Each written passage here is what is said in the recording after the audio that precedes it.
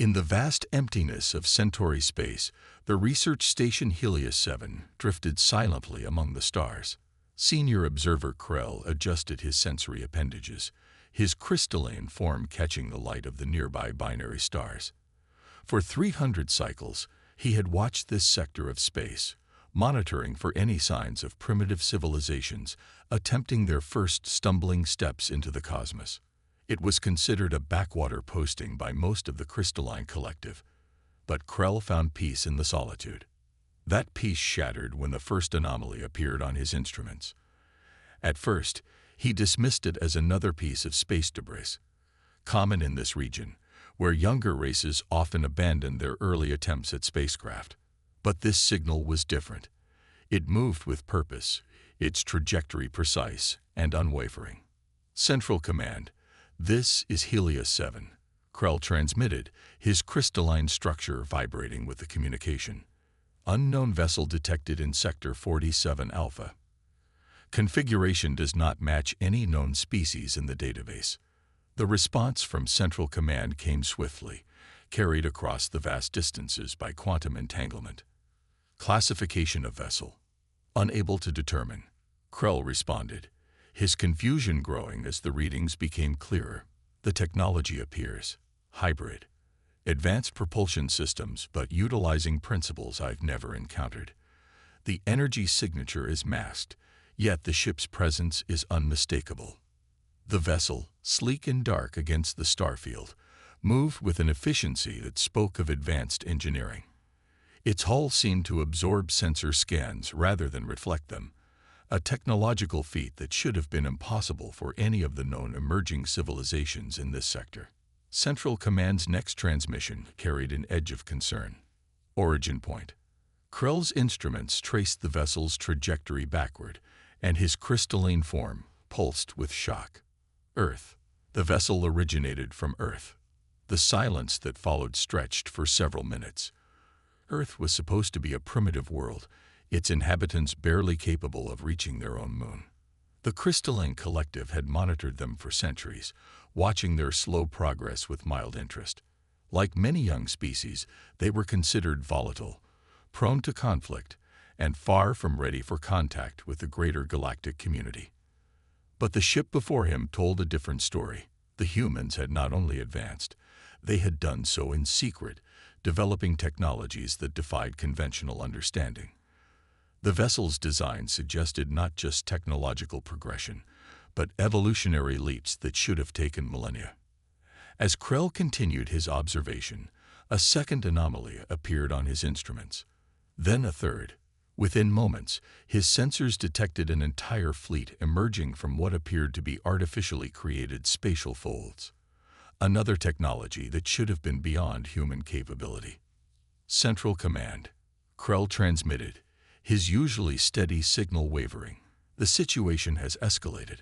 I'm detecting multiple vessels, all of human origin. They're deploying in a formation that suggests. He paused, analyzing the pattern. Military precision.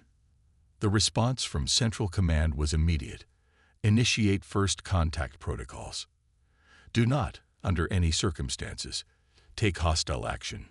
We need to understand how they achieved this level of advancement without detection. Before Krell could acknowledge the order, his sensors detected an incoming transmission from the lead human vessel. The message was being broadcast on all frequencies, in perfect crystalline harmonic patterns, yet another impossibility that sent vibrations of unease through Krell's form.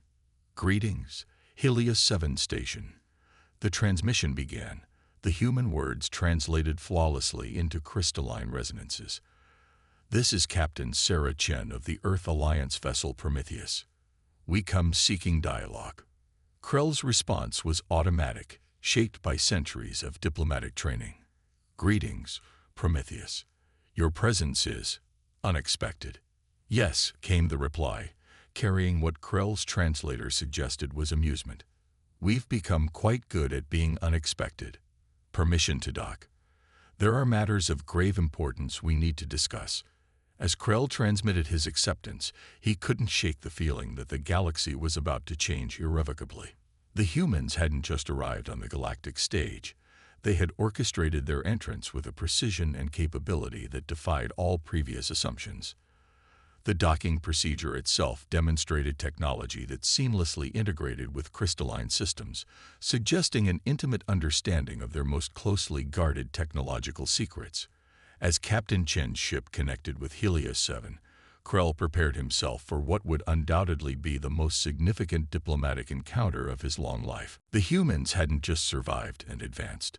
They had thrived in secrecy, developing capabilities that would shake the foundations of galactic society. And as Krell watched the airlock cycle begin, he realized that this was just the beginning. The humans were here, and they were nothing like what the galaxy had expected them to be. The meeting chamber aboard Helios 7 hummed with an energy that made Krell's crystalline structure resonate uncomfortably. Captain Sarah Chen sat across from him, her posture relaxed yet alert, while her delegation arranged themselves with practiced precision. Their environmental suits were unlike anything Krell had ever seen. Sleek, almost organic in appearance, adapting seamlessly to the station's crystalline atmosphere. "You understand our surprise," Krell began, his harmonics carefully modulated. Earth was considered a developing world, centuries away from achieving quantum-full technology. Chen smiled, the expression visible through her suit's transparent faceplate. "That was by design, Observer Krell. We learned long ago that being underestimated has its advantages."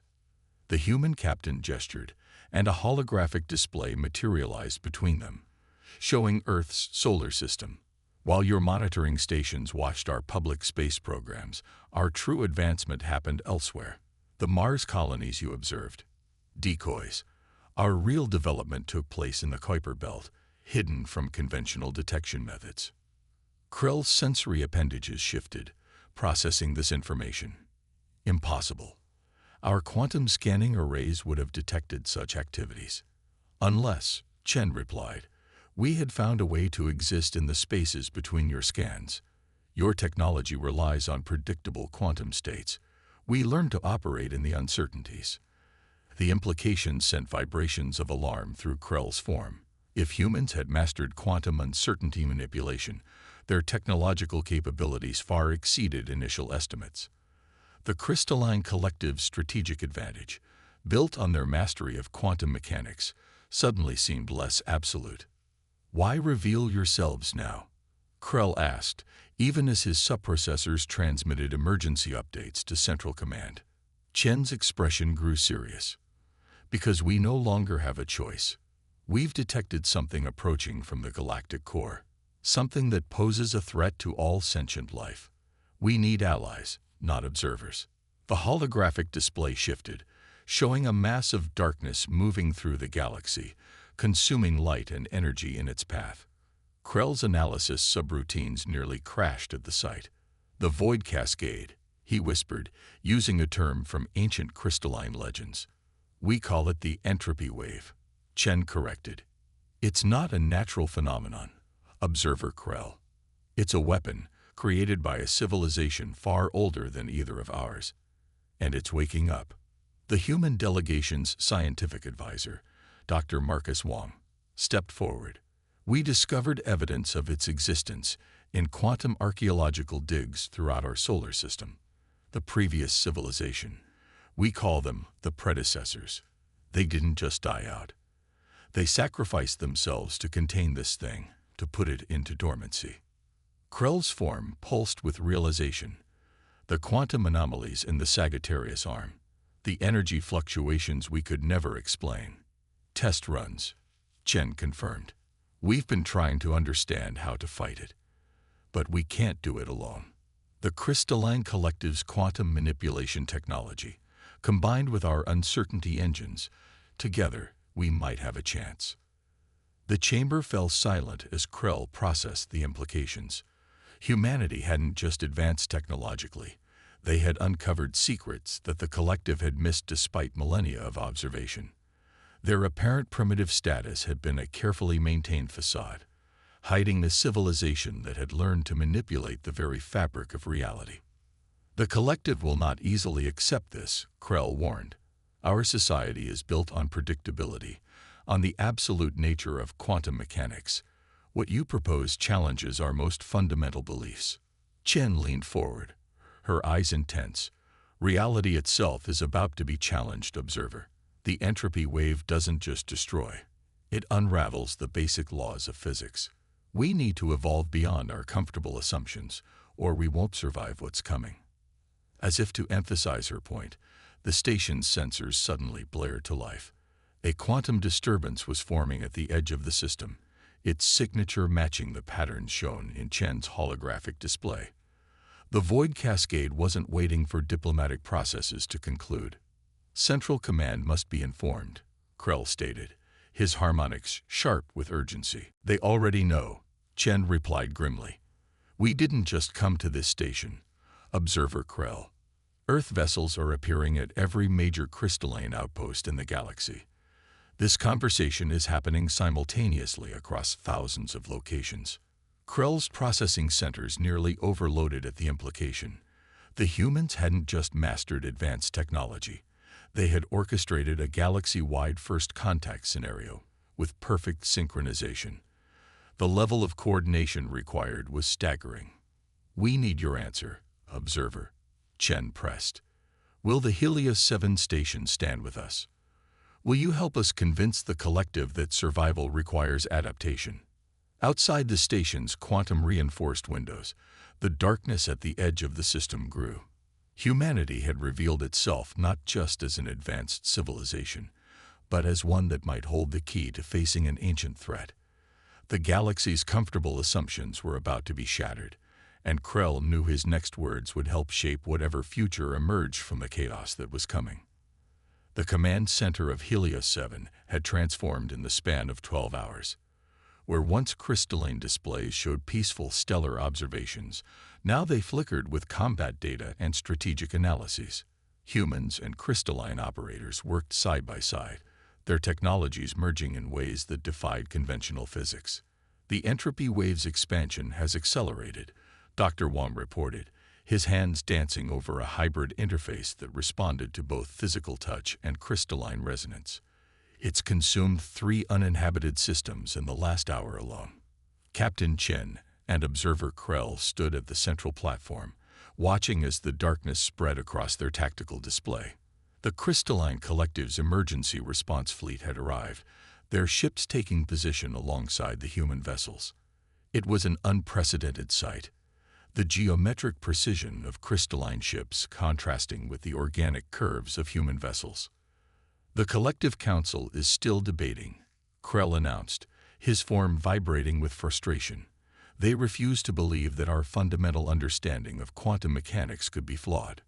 We don't have time for debate, Chen responded, her voice sharp. The wave is adapting. Each system it consumes adds to its complexity. She turned to her science officer. Dr. Wang, show them. The tactical display shifted, revealing a 3-dimensional model of the wave structure. It's not just destroying reality, Wang explained. It's learning from it. The predecessors didn't just create a weapon. They created something that evolves. Krell's crystalline form pulsed with alarm as he processed the data.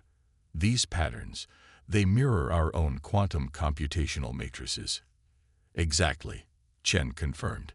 It's not just consuming energy and matter. It's absorbing information, incorporating the fundamental properties of everything it encounters. If we don't stop it soon, it will become impossible to counter. A sudden alert pierced the command center. One of the human sensors had detected a change in the wave's behavior. Instead of its previous uniform expansion, it had formed a tendril of darkness, reaching out toward the nearest populated system. A crystalline colony world with billions of inhabitants. It's never done that before, Wang muttered, his fingers flying over the interface. It's showing signs of directed intelligence. Chen's decision was immediate. Launch the prototype.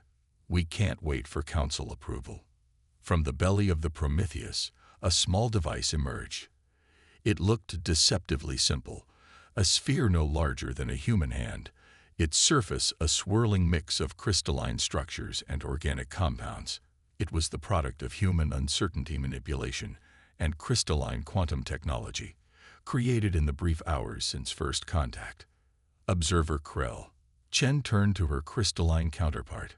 We need your resonance signature to activate it. This has to be a joint operation. Krell hesitated only for a moment before extending his sensory appendages toward the hybrid interface. The Council will view this as a violation of protocol. The Council isn't here, Chen replied. We are. And we're the only ones who can stop this. Together, human and crystalline signals merged, activating the device. It pulsed once, then shot toward the approaching tendril of darkness. As it traveled, it left behind a wake of transformed space, regions where quantum uncertainty and crystalline stability existed simultaneously, defying the normal laws of physics. The wave's tendril encountered this altered space and recoiled. For the first time since its detection, the entity showed signs of vulnerability. But its response was immediate and violent. The tendril split into multiple branches, each trying to find a way around the quantum barrier. It's learning even faster than we predicted, Wang announced, his voice tense. The barrier won't hold for long. Chen turned to the assembled human and crystalline crew. Launch all prototypes. We need to establish a full containment field before it adapts completely. Across the combined fleet, dozens of similar devices deployed. Each one carried the merged technology of two civilizations that had been strangers mere hours ago. The devices formed a network, creating a web of altered space around the wave's expansion. But as they watched, the wave began to pulse with new patterns. Where it touched the quantum barriers, it started to mirror their structure, attempting to incorporate their properties into itself. The battle wasn't just physical. It was a race between the wave's ability to learn and their ability to contain it. We need more power, Wang called out. The wave is drawing energy from somewhere else, another dimension we can't detect. Krell's form suddenly brightened with inspiration. The collective's resonance network. If we channel it through your uncertainty engines, the power feedback could destroy both fleets, Chen warned. If we do nothing, we lose everything anyway, Krell responded, his harmonics carrying the weight of certainty. Chen nodded, understanding the stakes. All human ships, prepare to link with crystalline vessels. Route all power through the uncertainty drives. We're about to find out if our civilizations can truly work together. As the combined fleet began its desperate maneuver, the darkness of the wave loomed before them. The next few moments would determine not just the survival of their civilizations, but whether the laws of physics themselves could be preserved in the face of an entity designed to unravel them. The time for caution and protocol was over. Now, it was time to see what humans and crystallines could achieve together. The aftermath of the power merge sent cascading waves of quantum disturbance throughout the sector. The combined fleet hung in space, their ship's systems slowly recovering from the unprecedented fusion of human and crystalline technology. The entropy wave had been pushed back, but the victory felt hollow as they surveyed the damage. Status report, Captain Chen called out, pulling herself up from where the feedback had thrown her. Around the command center, both human and crystalline crew members were recovering, their technologies smoking from the strain. Dr. Wang's interface flickered as he accessed the remaining functional sensors. The containment field is holding, but he paused, frowning at the readings. Something's wrong with the wave's pattern. It's not just retreating, it's changing. Observer Krell moved to the central display, his crystalline form showing stress fractures from the power surge. These energy signatures, they're familiar. His harmonics carried a note of dawning horror. They match ancient crystalline patterns, patterns that were sealed in our most secure archives. Chen's eyes narrowed. Someone gave the wave access to your quantum archives. How is that possible? Before Krell could respond, alarms blared across both fleets. The wave wasn't just incorporating crystalline patterns, it was replicating them, creating structures that perfectly mimicked crystalline technology. And among the human ships, similar transformations were taking place, with sections of the darkness taking on the distinctive organic curves of Earth vessels. It's not copying us, Wang realized, his voice tight with tension. "It's accessing existing data.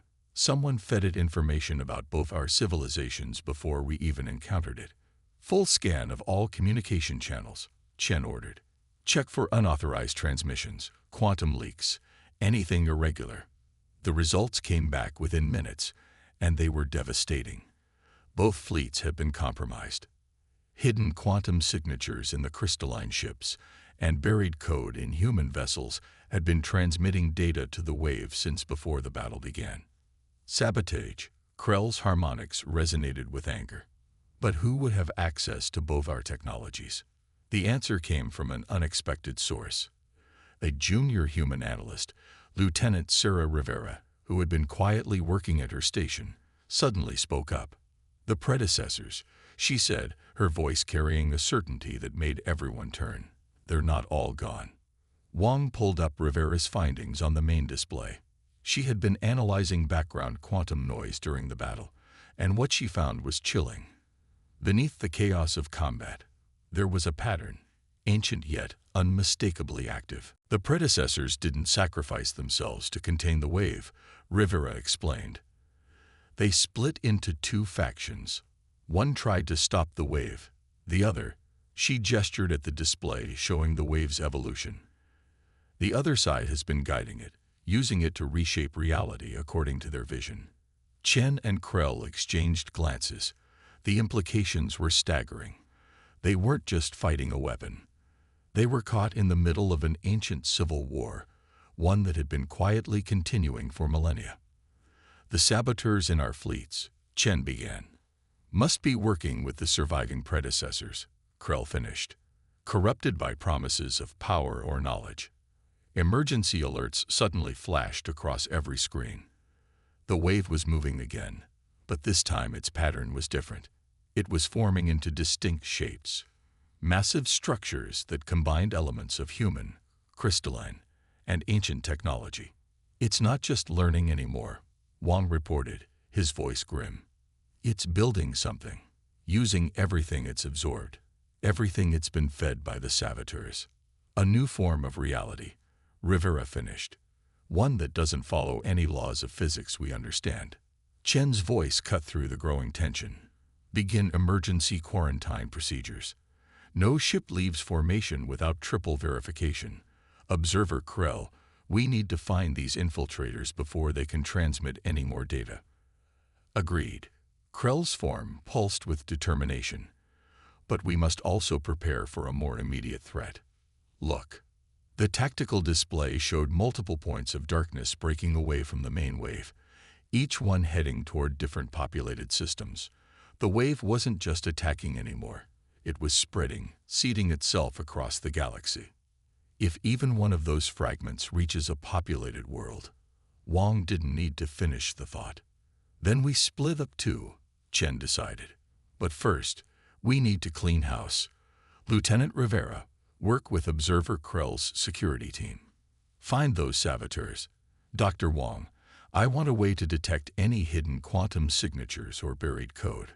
We can't risk sending compromised ships after those fragments." As the combined fleet began its frantic search for traitors within their ranks, the fragments of darkness continued their journey through space. They had hours, at most, before the wave's children reached their targets. And somewhere out there, the surviving predecessors watched their plan unfold, using two younger civilizations as unwitting pawns in their ancient conflict. The battle for reality itself had entered a new phase, and time was running out. The next 12 hours transformed the battle into a desperate race against time. After purging their ranks of predecessor agents, crystalline shards, and human crew members who had been secretly altered over decades, the combined fleet split into strike teams.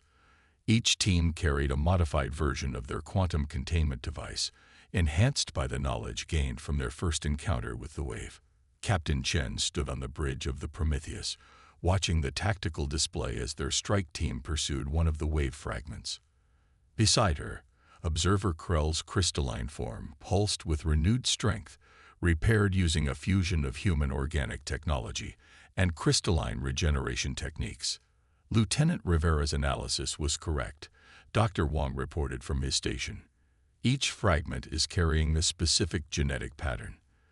They're not just weapons, they're seeds. The predecessors aren't trying to destroy reality, Chen realized. They're trying to rebuild it, reshape everything in their image. A civilization divided by its own evolution.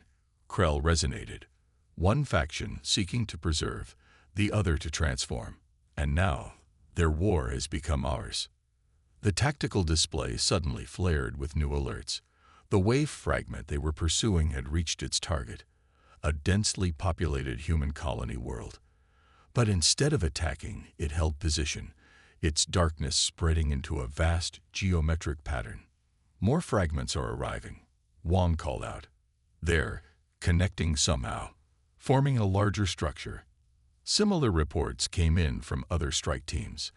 At each target location, the fragments were creating massive arrays, their patterns matching ancient designs found in both human and crystalline archaeological records.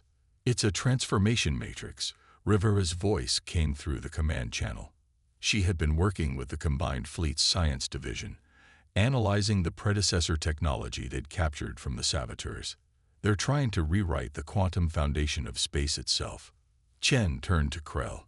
The containment devices won't be enough, Krell finished. This is beyond anything we designed them for. But as they watched the darkness spread, Lieutenant Rivera's voice came through again, this time with an edge of excitement. Captain, Observer, I found something in the saboteurs' quantum patterns. The predecessors who tried to stop the wave, they didn't just fail. They left us a blueprint. The main screen filled with streams of data, part crystalline code, part human quantum mathematics, and something older, more fundamental. They knew they couldn't stop the transformation directly, Rivera explained. So they built the failure into the system itself.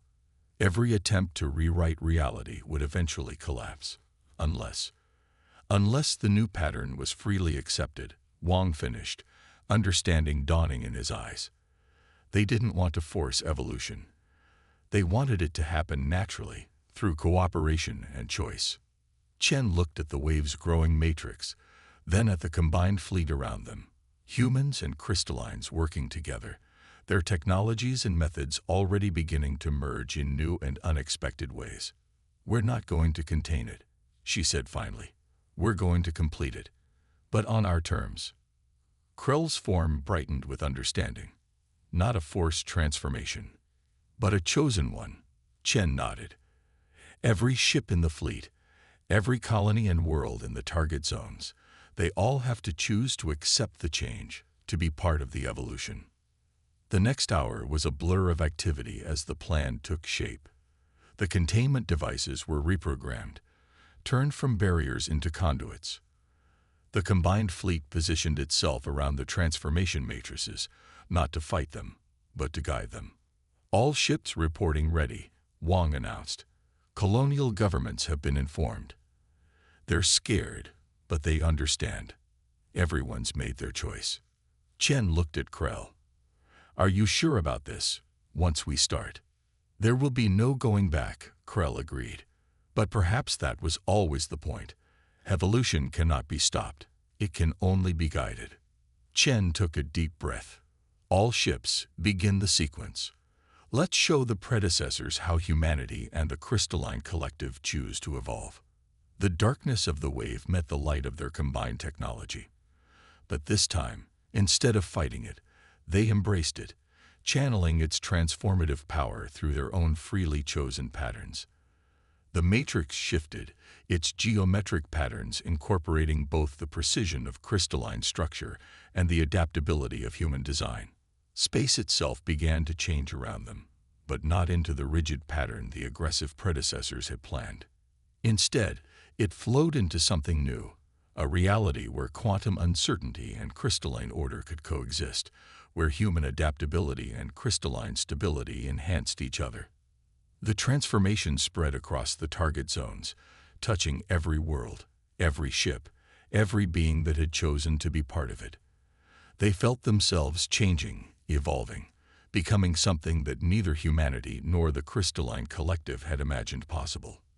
When it was over, the wave was gone, not destroyed, but transformed, its power integrated into the new pattern of reality they had chosen together. The aggressive predecessors' plan had failed not through force, but through the very evolution they had sought to control. Captain Chen looked at her hands, now flickering with crystalline patterns that somehow felt natural, right. Around her, the crew, both human and crystalline, had changed too, each in their own way, yet still fundamentally themselves. "What do we tell them?" Wang asked, his form now a fluid blend of organic and crystalline elements. "The rest of our civilizations. We tell them the truth," Krell resonated, his crystalline form now alive with organic complexity. "That evolution cannot be forced, only chosen. And that together, we chose to become something more than either of us could have become alone." Outside the ship's windows, space itself seemed different, richer, more alive with possibility. The war of the predecessors was over, but the story of what humanity and a crystalline collective would become together was just beginning. They had faced extinction and chosen transformation instead, and in doing so, they had proven that the greatest power in the universe wasn't the ability to destroy or forcibly reshape reality. It was the power to choose how to evolve together.